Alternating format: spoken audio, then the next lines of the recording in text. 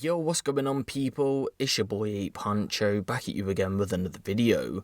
And so over the past couple of days or so, the mainstream media has been reporting on UK drill music, and I was actually quite shocked to see this, but the New York Times has actually reported on UK drill music being censored heavily by police. Now, I found out some interesting things in this article which have recently come to light, but there was also a lot of things you guys will already know about, so I'm not going to repeat that. But again, some new things have come to light that I thought I'd share with you guys, and I thought it'd make a good video, so I've decided to make one. If you want to read up on the article, by the way, I will leave the full article link down in the description below. And with that being said, let's get on with the video. So the New York Times article reads, "For British drill stars, the police are listening closely.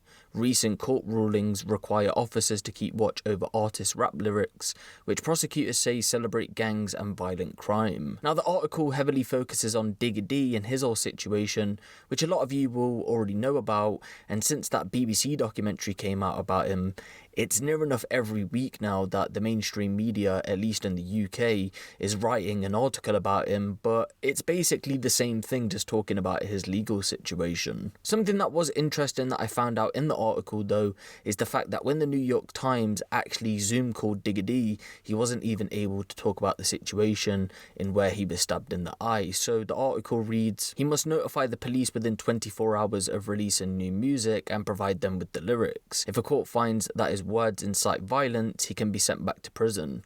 Parole conditions also limit what he can publicly say about his past." So when asked in the Zoom interview about how he lost sight in his eye, Digga D could only shrug. And to me, this just shows the sad situation that Digga D is in, because it shows you how cautious he is with what he talks about. But fair play to him, he's trying his best to stay out of jail. But again, it is sad to think that with the conditions that's been put upon him, he can't even speak to journalists about his past situations until obviously this court order expires. The New York Times did go on to say though that they obtained prison records and it showed that he was stabbed with a blade fashioned from a tuna can, but that's all it says in regards to the stabbing. Something else that was recently found out in the article as well is how many drill music videos were removed from YouTube in 2020. So the article reads, in 2020, the video platform, talking about YouTube, removed 319 music videos at the force's urging, talking about the Metropolitan Police, according to a police report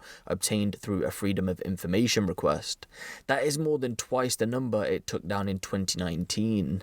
In total, YouTube has removed more than 500 music videos over the past 3 years, the report says. A spokeswoman from the Metropolitan Police's Violent Crime Unit spoke with the New York Times via email and said in regards to criminal behaviour orders, they had, quote, a wide-ranging scope and go beyond addressing lyrics which incite violence, adding that they were an important tool to steer young people away from violence. Continuing, we are not targeting music artists, but addressing violent offenders, which is a complete contrast to them going on to remove 319 videos from YouTube, because even recently we're seeing now that even censored drill music videos are being taken down, with a lot of these on the basis of people allegedly throwing gang signs, when this might not necessarily be the case. The article also talks about Kim Monteith, who's a criminal defence lawyer based in London, and apparently he's approaching the government about funding a research programme to study how rap lyrics are being used as evidence in court. He said